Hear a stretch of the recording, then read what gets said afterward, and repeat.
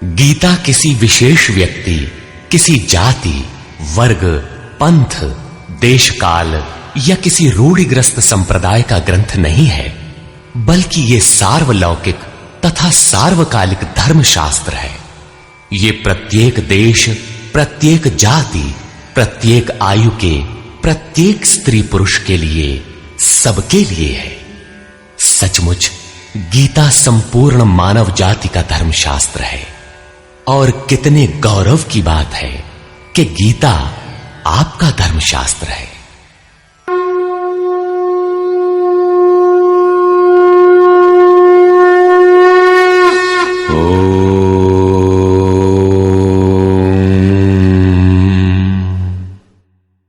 श्री परमात्मने नमः। यथार्थ गीता, श्रीमद् भगवत गीता, अथ चतुर्थोध्याय।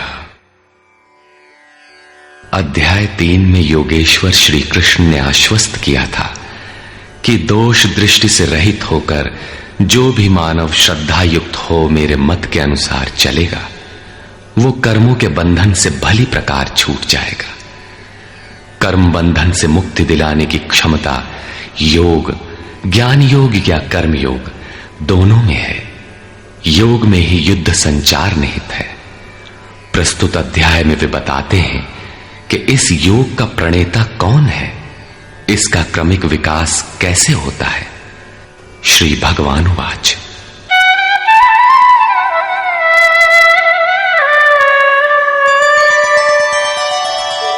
इमं विवस्वते योगं प्रोक्तवानहमव्ययम् विवस्वान्मनवे प्राह मनुरिक्ष्वाकवे ब्रवीत्। अर्जुन, मैंने इस अविनाशी योग को कल्प के आदि में विवस्वान अर्थात सूर्य के प्रति कहा। विवस्वान ने मनु से और मनु ने इक्ष्वाकु से कहा। किसने कहा? मैंने। श्री कृष्ण कौन थे? एक योगी, तत्व स्थित महापुरुष ही इस अविनाशी योग को कल्प के आरंभ में अर्थात भजन के आरंभ में विवस्वान अर्थात जो विवश हैं ऐसे प्राणियों से कहता है, सुरा में संचार कर देता है। यहां सूर्य एक प्रतीक है, क्योंकि सुरा में ही वो परम प्रकाश स्वरूप है और वहीं उसके पाने का विधान है। वास्तविक प्रकाशदाता अर्थात सूर्य वहीं है। ये योग अविनाशी है। योगेश्वर श्री कृष्ण ने कहा था कि इसमें आरंभ का नाश नहीं होता। इस योग का आरंभ भर कर दें तो ये पूर्णत्व दिलाकर ही शांत होता है। शरीर का कल्प औषधियों द्वारा होता है, किंतु आत्मा का भजन से होता है। भजन का आरंभ ही आत्मकल्प का आदि है। ये साधन भजन भी किसी महापुरुष की ही देन है। मोह निशा में अचेत आदिम मानव, जिसमें भजन का कोई संस्कार नहीं है, योग के विषय में जिसने कभी सोचा तक नहीं, ऐसा मनुष्य किसी महापुरुष को देखता है तो उनके दर्शन मात्र से, उनकी वाणी से, टूटी फूटी सेवा और सानिध्य से योग के संस्कार उसमें संचारित हो जाते हैं। गोस्वामी तुलसीदास जी इसी को कहते हैं, जे चितिये प्रभु जिन्न प्रभु हेरे, ते सब भये परम पद जोगु। योगेश्वर श्री कृष्ण कहते हैं कि ये योग मैंने आरंभ में सूर्य से कहा। चक्षोः सूर्यो अजायत। महापुरुष के दृष्टि निक्षेप मात्र से योग के संस्कार सुरा में प्रसारित हो जाते हैं। स्वयं प्रकाश, स्ववश परमेश्वर का निवास सबके हृदय में है। सुरा अर्थात श्वास के निरोध से ही उसकी प्राप्ति का विधान है। सुरा में संस्कारों का सृजन ही सूर्य के प्रति कहना है। समय आने पर यह संस्कार मन में स्फुरित होगा। यही सूर्य का मन से कहना है। मन में स्फुरित होने पर महापुरुष के उस वाक्य के प्रति इच्छा जागृत हो जाएगी। यदि मन में कोई बात है तो उसे पाने की इच्छा अवश्य होगी। यही मनु का इक्ष्वाकु से कहना है। लालसा होगी कि वो नियत कर्म करें जो अविनाशी है, जो कर्म बंधन से मोक्ष दिलाता है। ऐसा है तो किया जाए और आराधना गति पकड़ लेती है। गति पकड़कर ये योग कहां पहुंचाता है, इस पर कहते हैं, एवं परंपरा प्राप्तम इमं राजर्षयो विदुः सकाले नेह महता योगो नष्टः परंतप। इस प्रकार किसी महापुरुष द्वारा संस्कार रहित पुरुषों की सुरा में, सुरा से मन में, मन से इच्छा में और इच्छा तीव्र होकर क्रियात्मक आचरण में ढलकर ये योग क्रमशः उत्थान करते करते राजर्षि श्रेणी तक पहुंच जाता है। उस अवस्था में जाकर विदित होता है। इस स्तर के साधक में रिद्धियों सिद्धियों का संचार होता है। वो योग इस महत्वपूर्ण काल में इसी लोक अर्थात शरीर में प्रायः नष्ट हो जाता है। इस सीमा रेखा को कैसे पार किया जाए? क्या इस विशेष स्थल पर पहुंचकर सभी नष्ट हो जाते हैं? श्री कृष्ण कहते हैं, नहीं, जो मेरा आश्रित है, मेरा प्रिय भक्त है, अनन्य सखा है, वो नष्ट नहीं होता।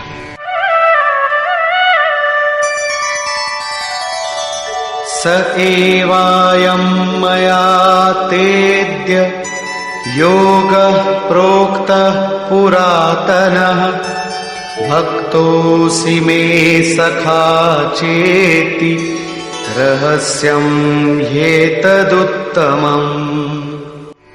वो ही ये पुरातन योग अब मैंने तेरे लिए वर्णन किया है, क्योंकि तू मेरा भक्त और सखा है और ये योग उत्तम रहस्यपूर्ण है। अर्जुन क्षत्रिय श्रेणी का साधक था, राजर्षि की अवस्था वाला था, जहां रिद्धियों सिद्धियों के थपेड़े में साधक नष्ट हो जाता है। इस काल में भी योग कल्याण की मुद्रा में ही है, किंतु प्रायः साधक यहां पहुंचकर लड़खड़ा जाते हैं। ऐसा अविनाशी किंतु रहस्यमय योग श्री कृष्ण ने अर्जुन से कहा, क्योंकि नष्ट होने की अवस्था में अर्जुन था ही। क्यों कहा? इसलिए कि तू मेरा भक्त है, अनन्य भाव से मेरे आश्रित है, प्रिय है, सखा है। जिस परमात्मा की हमें चाह है, वो सद्गुरु परमात्मा आत्मा से अभिन्न होकर जब निर्देशन देने लगे, तभी वास्तविक भजन आरंभ होता है। यहां प्रेरक की अवस्था में परमात्मा और सद्गुरु एक दूसरे के पर्याय हैं।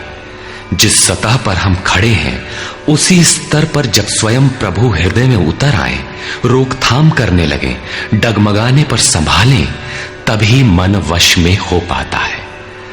मन बस होई तबही जब प्रेरक प्रभु बरजे। जब तक इष्ट देव रथी होकर, आत्मा से अभिन्न होकर प्रेरक के रूप में खड़े नहीं हो जाते, तब तक सही मात्रा में इस पथ में प्रवेश ही नहीं होता। वो साधक प्रत्याशी अवश्य है, लेकिन भजन उसके पास कहां? पूज्य गुरुदेव भगवान कहा करते थे, हो हम कई बार नष्ट होते होते बच गए, भगवान ने ही बचा लिया। भगवान ने ऐसे समझाया, ये कहा। हमने पूछा, महाराज जी, क्या भगवान भी बोलते हैं, बातचीत करते हैं? बोले, हां, हो, भगवान ऐसे बतियावत हैं जैसे हम तुम बतियाई, घंटों बतियाई और क्रम न टूटे। हमें उदासी हुई और आश्चर्य भी कि भगवान कैसे बोलते होंगे, ये तो बड़ी नई बात है। कुछ देर बाद महाराज जी बोले, काहे घबराता है, तो हूं से बतियाई है। अक्षरशः सत्य था उनका कथन, और यही सख्य भाव है। सखा की तरह वे निराकरण करते रहे, तभी इस नष्ट होने वाली स्थिति से साधक पार हो पाता है। अभी तक योगेश्वर श्री कृष्ण ने किसी महापुरुष द्वारा योग के आरंभ, इसमें आने वाले व्यवधान, उससे पार पाने का रास्ता बताया। इस पर अर्जुन ने प्रश्न किया। अर्जुन उवाच,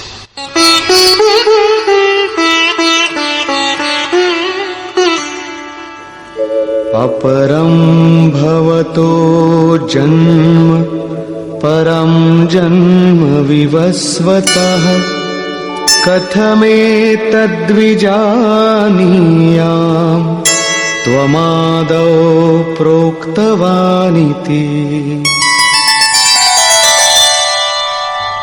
भगवान, आपका जन्म तो अपरम अब हुआ है और मेरे अंदर सुरा का संचार बहुत पुराना है, तो मैं कैसे मान लूं कि इस योग को भजन के आदि में आपने ही कहा था। इस पर योगेश्वर श्री कृष्ण महाराज बोले। श्री भगवान वाच,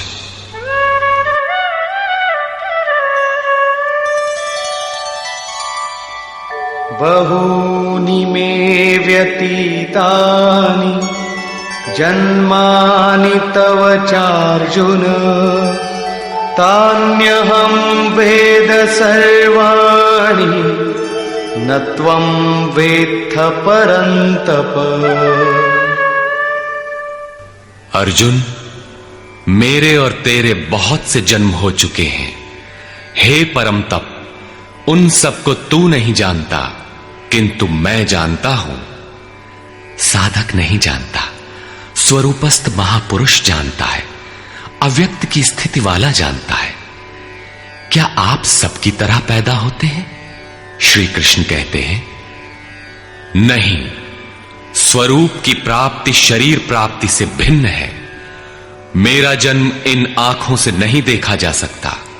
मैं अजन्मा, अव्यक्त, शाश्वत होते हुए भी शरीर के आधार वाला हूं। अवधू जीवत में कर आशा, मुए मुक्ति गुरु कहे स्वार्थी, झूठा दे विश्वासा। शरीर के रहते ही उस परम तत्व में प्रवेश पाया जाता है। लेश मात्र भी कमी है तो जन्म लेना पड़ता है। अभी तक अर्जुन श्री कृष्ण को अपने समान देहधारी समझता है। वो अंतरंग प्रश्न रखता है, क्या आपका जन्म वैसा ही है जैसा सबका है? क्या आप भी शरीरों की तरह पैदा होते हैं? श्री कृष्ण कहते हैं, अजोऽपि सन्नव्ययात्मा भूतानामीश्वरोऽपि सन् प्रकृतिं स्वामधिष्ठाय संभवाम्यात्ममायया। मैं विनाश रहित, पुनः जन्म रहित और समस्त प्राणियों के स्वर में संचारित होने पर भी अपनी प्रकृति को अधीन करके आत्म माया से प्रकट होता हूं। एक माया तो अविद्या है, जो प्रकृति में ही विश्वास दिलाती है, नीच एवं अधम योनियों का कारण बनती है। दूसरी माया है आत्म माया, जो आत्मा में प्रवेश दिलाती है, स्वरूप के जन्म का कारण बनती है। इसी को योग माया भी कहते हैं, जिससे हम विलग हैं। उस शाश्वत स्वरूप से ये जोड़ती है, मिलन कराती है। उस आत्मिक प्रक्रिया द्वारा मैं अपनी त्रिगुणमयी प्रकृति को अधीन करके ही प्रकट होता हूं। प्रायः लोग कहते हैं कि भगवान का अवतार होगा तो दर्शन कर लेंगे। श्री कृष्ण कहते हैं कि ऐसा कुछ नहीं होता कि कोई दूसरा देख सके। स्वरूप का जन्म पिंड रूप में नहीं होता। श्री कृष्ण कहते हैं, योग साधना द्वारा, आत्म माया द्वारा अपनी त्रिगुणमयी प्रकृति को स्ववश करके मैं क्रमशः प्रकट होता हूं। लेकिन किन परिस्थितियों में? यदा यदा हि धर्मस्य ग्लानिर्भवति भारत अभ्युत्थानमधर्मस्य तदात्मानं सृजाम्यहम्। हे अर्जुन, जब जब परम धर्म परमात्मा के लिए हृदय ग्लानि से भर जाता है, जब अधर्म की वृद्धि से भाविक पार पाते नहीं देखता, तब मैं आत्मा को रचने लगता हूं। जब आपका हृदय अनुराग से पूरित हो जाए, उस शाश्वत धर्म के लिए गदगद गिरा नयन बह नीरा की स्थिति आ जाए, जब प्रयत्न करके भी अनुरागी अधर्म का पार नहीं पाता, ऐसी परिस्थिति में मैं अपने स्वरूप को रचता हूं। अर्थात भगवान का आविर्भाव केवल अनुरागी के लिए है और यह अवतार किसी भाग्यवान साधक के अंतराल में होता है। आप प्रकट होकर करते क्या हैं? परित्राणाय साधूनां विनाशाय च दुष्कृतां धर्म संस्थापनार्थाय संभवामि युगे युगे। अर्जुन, साधूनाम परित्राणाय परम साध्य एकमात्र परमात्मा है, जिसे साध लेने पर कुछ भी साधना शेष नहीं रह जाती। उस साध्य में प्रवेश दिलाने वाले विवेक, वैराग्य, शम दम इत्यादि दैवी संपद को निर्विघ्न प्रवाहित करने के लिए तथा दुष्कृताम, जिससे दूषित कार्य रूप लेते हैं, उन काम क्रोध राग द्वेषादि विजातीय प्रवृत्तियों को समूल नष्ट करने के लिए तथा धर्म को भली प्रकार स्थिर करने के लिए मैं युग युग में प्रकट होता हूं। युग का तात्पर्य सतयुग, त्रेता, द्वापर में नहीं। युग धर्मों का उतार चढ़ाव मनुष्यों के स्वभाव पर है। युग धर्म सदैव रहे हैं। मानस में संकेत है, नित जुग धर्म हो ही सब केरे, हृदय राम माया के प्रेरे। युग धर्म सभी के हृदय में नित्य होते रहते हैं। अविद्या से नहीं बल्कि विद्या से, राम माया की प्रेरणा से हृदय में होते हैं, जिसे प्रस्तुत श्लोक में आत्म माया कहा गया है। वही है राम माया। हृदय में राम की स्थिति दिला देने वाली, राम से प्रेरित है वो विद्या। कैसे समझा जाए कि अब कौन सा युग कार्य कर रहा है? तो शुद्ध सत्व समता विज्ञाना, कृत प्रभाव प्रसन्न मन जाना। जब हृदय में शुद्ध सत्व गुण ही कार्यरत हो, राजस तथा तामस दोनों गुण शांत हो जाएं, विषमताएं समाप्त हो गई हों, जिसका किसी से द्वेष न हो, विज्ञान हो, अर्थात इष्ट से निर्देशन लेने और उस पर टिकने की क्षमता हो, मन में प्रसन्नता का पूर्ण संचार हो, जब ऐसी योग्यता आ जाए तो सतयुग में प्रवेश मिल गया। इसी प्रकार दो अन्य युगों का वर्णन किया और अंत में तामस बहुत रजो गुण थोरा, कलि प्रभाव विरोध चहु ओरा। तामस गुण भरपूर हो, किंचित राजसी गुण भी उसमें हो, चारों ओर वैर और विरोध हो, तो ऐसा व्यक्ति कलियुगीन है। जब तामसी गुण कार्य करता है तो मनुष्य में आलस्य, निद्रा, प्रमाद का बाहुल्य होता है। वो कर्तव्य जानते हुए भी उसमें प्रवृत्त नहीं हो सकता, निषिद्ध कर्म जानते हुए भी उससे निवृत्ति नहीं हो सकती। इस प्रकार युग धर्मों का उतार चढ़ाव मनुष्यों की आंतरिक योग्यता पर निर्भर है। किसी ने इन योग्यताओं को 4 युग कहा है, तो कोई इन्हें ही 4 वर्ण का नाम देता है, तो कोई इन्हें ही अति उत्तम, उत्तम, मध्यम और निकृष्ट 4 श्रेणी के साधक कहकर संबोधित करता है। प्रत्येक युग में इष्ट साथ देते हैं। हां, उच्च श्रेणी में अनुकूलता की भरपूरता प्रतीत होती है, निम्न युगों में सहयोग क्षीण प्रतीत होता है। संक्षेप में श्री कृष्ण कहते हैं कि साध्य वस्तु दिलाने वाले विवेक, वैराग्य इत्यादि को निर्विघ्न प्रवाहित करने के लिए तथा दूषण के कारक काम, क्रोध, राग, द्वेष इत्यादि का पूर्ण विनाश करने के लिए, परम धर्म परमात्मा में स्थिर रखने के लिए मैं युग युग में अर्थात हर परिस्थिति, हर श्रेणी में प्रकट होता हूं, बशर्ते कि ग्लानि हो। जब तक इष्ट समर्थन न दे तब तक आप समझ ही नहीं सकेंगे कि विकारों का विनाश हुआ अथवा अभी कितना शेष है। प्रवेश से पराकाष्ठा पर्यंत इष्ट हर श्रेणी में हर योग्यता के साथ रहते हैं। उनका प्राकट्य अनुरागी के हृदय में होता है। भगवान प्रकट हैं तब तो सभी दर्शन करते होंगे। श्री कृष्ण कहते हैं, नहीं।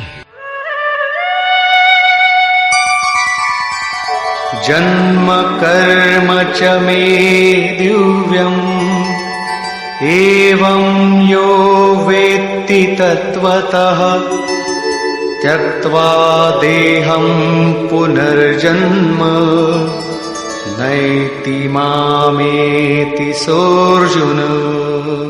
अर्जुन, मेरा वो जन्म अर्थात ग्लानि के साथ स्वरूप की रचना तथा मेरा कर्म अर्थात दुष्कृतियों के कारणों का विनाश, साध्य वस्तु को दिलाने वाली क्षमताओं का निर्दोष संचार, धर्म की स्थिरता, ये कर्म और जन्म दिव्य अर्थात अलौकिक है, लौकिक नहीं है।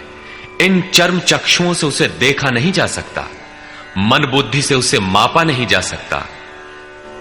जब इतना गूढ़ है तो उसे देखता कौन है? केवल यो वेत्ति तत्वतः, केवल तत्वदर्शी ही मेरे इस जन्म और कर्म को देखता है और मेरा साक्षात करके वो पुनर्जन्म को नहीं प्राप्त होता बल्कि मुझे प्राप्त होता है। जब तत्वदर्शी ही भगवान के जन्म और कार्य को देख पाता है तो लोग लाखों की संख्या में भीड़ लगाए क्यों खड़े हैं कि कहीं अवतार होगा तो दर्शन करेंगे। क्या आप तत्वदर्शी हैं? महात्मा वेश में आज भी विविध तरीके से, मुख्यतः महात्मा वेश की आड़ में बहुत से लोग प्रचार करते फिरते हैं कि वे अवतार हैं, या उनके दलाल प्रचार कर देते हैं। लोग भेड़ की तरह अवतार को देखने टूट पड़ते हैं। किंतु श्री कृष्ण कहते हैं कि केवल तत्वदर्शी ही देख पाता है। अब तत्वदर्शी किसे कहते हैं? अध्याय 2 में सत असत का निर्णय देते हुए योगेश्वर श्री कृष्ण ने बताया था कि अर्जुन, असत वस्तु का अस्तित्व नहीं है और सत का तीनों कालों में कभी अभाव नहीं है। तो क्या आप ऐसा कहते हैं? बताया उन्होंने, नहीं, तत्वदर्शियों ने इसे देखा, न किसी भाषाविद ने देखा, न किसी समृद्धिशाली ने देखा। यहां पुनः बल देते हैं कि मेरा आविर्भाव तो होता है लेकिन उसे तत्वदर्शी ही देख पाता है। तत्वदर्शी एक प्रश्न है। ऐसा कुछ नहीं कि 5 तत्व हैं, 25 तत्व हैं, इनकी गणना सीख ली और हो गए तत्वदर्शी। श्री कृष्ण ने आगे बताया कि आत्मा ही परम तत्व है। आत्मा परम से संयुक्त होकर परमात्मा हो जाता है। आत्म साक्षात्कार करने वाला ही इस आविर्भाव को समझ पाता है। सिद्ध है कि अवतार किसी विरही अनुरागी के हृदय में होता है। आरंभ में उसे वो समझ नहीं पाता कि हमें कौन संकेत देता है, कौन मार्गदर्शन करता है, किंतु परम तत्व परमात्मा के दर्शन के साथ ही वो देख पाता है, समझ पाता है और फिर शरीर को त्याग कर पुनर्जन्म को प्राप्त नहीं होता। श्री कृष्ण ने कहा कि मेरा जन्म दिव्य है, इसे देखने वाला मुझे प्राप्त होता है। तो लोगों ने उनकी मूर्ति बना ली, पूजा करने लगे, आकाश में कहीं उनके निवास की कल्पना कर ली। ऐसा कुछ नहीं है। उन महापुरुषों का आशय केवल इतना था कि यदि आप निर्धारित कर्म करें तो पाएंगे कि आप भी दिव्य हैं। आप जो हो सकते हैं वो मैं हो गया हूं। मैं आपकी संभावना हूं, आपका ही भविष्य हूं। अपने भीतर आप जिस दिन ऐसी पूर्णता पा लेंगे तो आप भी वही होंगे जो श्री कृष्ण है। जो श्री कृष्ण का स्वरूप है वही आपका भी हो सकता है। अवतार कहीं बाहर नहीं होता। हां, यदि अनुराग पूरित हृदय हो तो आपके भीतर भी अवतार की अनुभूति संभव है। वे आपको प्रोत्साहित करते हैं कि बहुत से लोग इस मार्ग पर चलकर मेरे स्वरूप को प्राप्त कर चुके हैं। वीतराग भय क्रोधा मन्मया मामुपाश्रिताः बहवो ज्ञानतपसा पूता मद्भावमागता। राग और विराग दोनों से परे वीतराग तथा इसी प्रकार भय अभय, क्रोध अक्रोध दोनों से परे अनन्य भाव से अर्थात अहंकार रहित मेरे शरण हुए बहुत से लोग ज्ञान तप से पवित्र होकर मेरे स्वरूप को प्राप्त हो चुके हैं। अब ऐसा होने लगा हो ऐसी बात नहीं है, ये विधान सदैव से रहा है। बहुत से पुरुष इसी प्रकार से मेरे स्वरूप को प्राप्त हो चुके हैं। किस प्रकार? जिन जिन का हृदय अधर्म की वृद्धि देखकर परमात्मा के लिए ग्लानि से भर गया, उस स्थिति में मैं अपने स्वरूप को रचता हूं। वे मेरे स्वरूप को प्राप्त होते हैं, जिसे योगेश्वर श्री कृष्ण ने तत्व दर्शन कहा था, उसे ही अब ज्ञान कहते हैं। परम तत्व है परमात्मा, उसे प्रत्यक्ष दर्शन के साथ जानना ज्ञान है। ऐसी जानकारी वाले ज्ञानी मेरे स्वरूप को प्राप्त करते हैं। यहां यह प्रश्न पूरा हो गया। अब वे योग्यता के आधार पर भजने वालों का श्रेणी विभाजन करते हैं। ये यथा मां प्रपद्यन्ते तांस्तथैव भजाम्यहम् मम वर्त्मानुवर्तन्ते मनुष्याः पार्थ सर्वशः।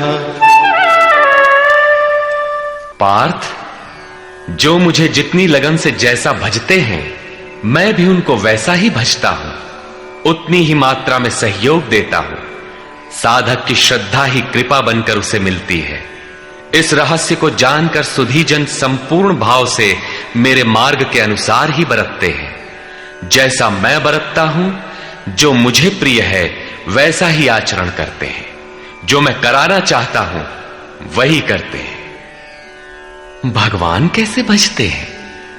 वे रथी बनकर खड़े हो जाते हैं, साथ चलने लगते हैं, यही उनका भजना है। दूषित जिनसे पैदा होते हैं, उनका विनाश करने के लिए वे खड़े हो जाते हैं। सत्य में प्रवेश दिलाने वाले सद्गुणों का परित्राण करने के लिए वे खड़े हो जाते हैं। जब तक इष्ट देव हृदय से पूर्णता रथी न हो और हर कदम पर सावधान न करें, तब तक कोई कैसा ही भजनानंदी क्यों न हो, लाख आंख मूंदे, लाख प्रयत्न करे, वो इस प्रकृति के द्वंद्व से पार नहीं हो सकता। वो कैसे समझेगा कि हम कितनी दूरी तय कर चुके, कितना शेष है। इष्ट ही आत्मा से अभिन्न होकर खड़े हो जाते हैं और उसका मार्गदर्शन करते हैं कि तुम यहां पर हो, ऐसे करो, ऐसे चलो। इस प्रकार प्रकृति की खाई पाटते हुए शनैः शनैः आगे बढ़ाते हुए स्वरूप में प्रवेश दिला देंगे। भजन तो साधक को ही करना पड़ता है, किंतु उसके द्वारा इस पथ में जो दूरी तय होती है वो इष्ट की देन है। ऐसा जानकर सभी मनुष्य सर्वतोभावेन मेरा अनुसरण करते हैं। किस प्रकार वे बरतते हैं? कांक्षन्तः कर्मणां सिद्धिं यजन्त इह देवताः क्षिप्रं हि मानुषे लोके सिद्धिर्भवति कर्मजा। वे पुरुष इस मनुष्य शरीर में कर्मों की सिद्धि चाहते हुए देवताओं को पूजते हैं। कर्म कौन सा?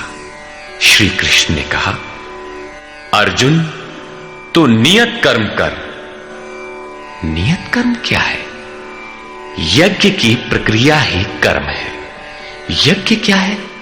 साधना की विधि विशेष, जिसमें श्वास प्रश्वास का हवन, इंद्रियों के बहिर्मुखी प्रवाह को संयमाग्नि में हवन किया जाता है, जिसका परिणाम है परमात्मा। कर्म का शुद्ध अर्थ है आराधना, जिसका स्वरूप इसी अध्याय में आगे मिलेगा। इस आराधना का परिणाम क्या है? संसिद्धिम, परम सिद्धि परमात्मा यान्ति ब्रह्म सनातनम, शाश्वत ब्रह्म में प्रवेश, परम नैष्कर्म्य की स्थिति।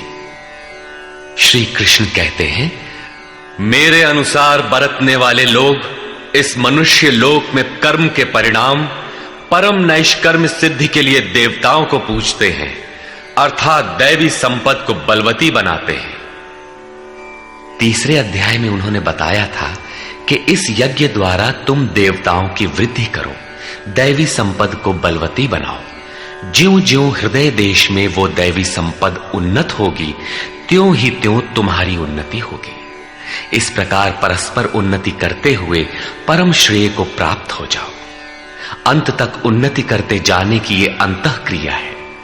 इसी पर बल देते हुए श्री कृष्ण कहते हैं कि मेरे अनुकूल बरतने वाले लोग इस मनुष्य शरीर में कर्मों की सिद्धि चाहते हुए दैवी संपद को बलवती बनाते हैं, जिससे वो नैष्कर्म्य सिद्धि शीघ्र ही होती है। वो असफल नहीं होती, सफल ही होती है। शीघ्र का तात्पर्य, क्या कर्म में प्रवृत्ति होते ही तत्क्षण ये परम सिद्धि मिल जाती है? श्री कृष्ण कहते हैं, नहीं, इस सोपान पर क्रमशः चढ़ने का विधान है। कोई छलांग लगाकर भावातीत ध्यान जैसा चमत्कार नहीं होता।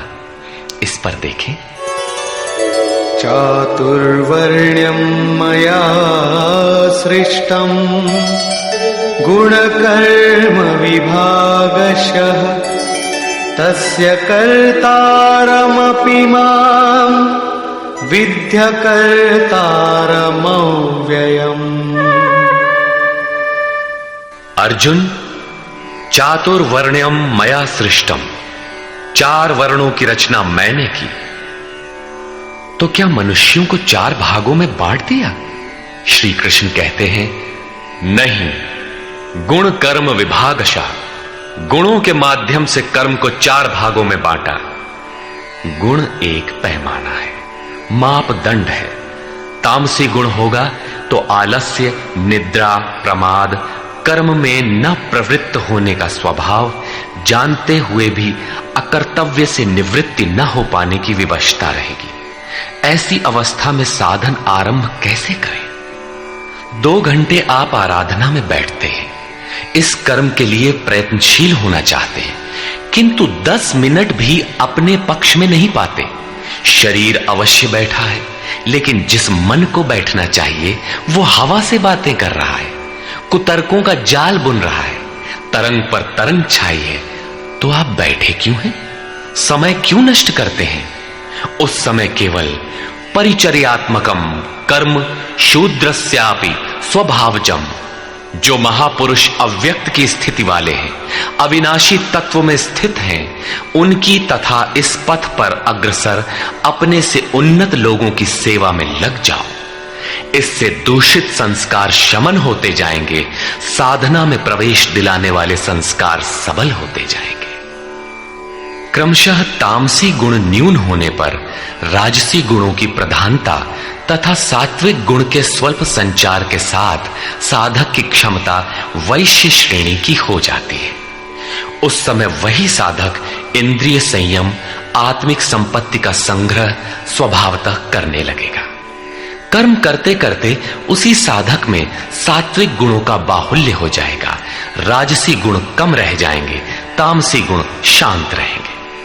उस समय वही साधक क्षत्रिय श्रेणी में प्रवेश पालेगा।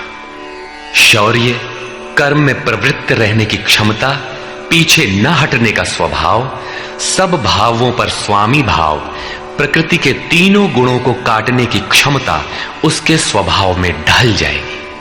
वही कर्म और सूक्ष्म होने पर मात्र सात्विक गुण कार्यरत रह जाने पर मन का शमन, इंद्रियों का दमन, एकाग्रता, सरलता, ध्यान, समाधि, ईश्वरीय निर्देश, आस्तिकता इत्यादि ब्रह्म में प्रवेश दिलाने वाली स्वाभाविक क्षमता के साथ वही साधक ब्राह्मण श्रेणी का कहा जाता है।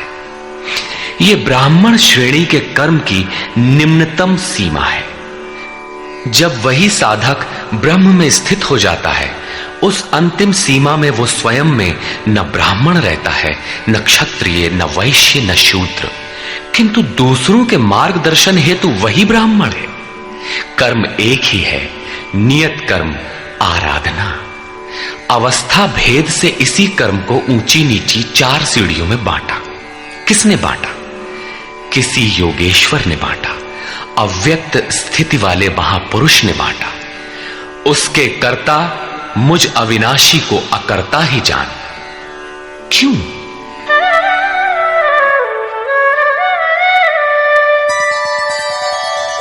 न मां कर्माणि लिम्पन्ति न मे कर्मफले स्पृहा इति मां योऽभिजानाति कर्मभिर्न स बध्यते। क्योंकि कर्मों के फल में मेरी स्पृहा नहीं है। कर्मों का फल क्या है? श्री कृष्ण ने पीछे बताया था कि यज्ञ जिससे पूरा होता है उस क्रिया का नाम कर्म है, और पूर्ति काल में यज्ञ जिसकी रचना करता है उस ज्ञानामृत को पान करने वाला शाश्वत सनातन ब्रह्म में प्रवेश पा लेता है। कर्म का परिणाम है परमात्मा। उस परमात्मा की चाह भी अब मुझे नहीं है, क्योंकि वो मुझसे भिन्न नहीं है। मैं अव्यक्त स्वरूप हूं, उसी की स्थिति वाला हूं। अब आगे कोई सत्ता नहीं जिसके लिए इस कार्य पर स्नेह रखूं। इसलिए कर्म मुझे लिपायमान नहीं करते, और इसी स्तर से जो भी मुझे जानता है, अर्थात जो कर्मों के परिणाम परमात्मा को प्राप्त कर लेता है, उसे भी कर्म नहीं बांधते। जैसे श्री कृष्ण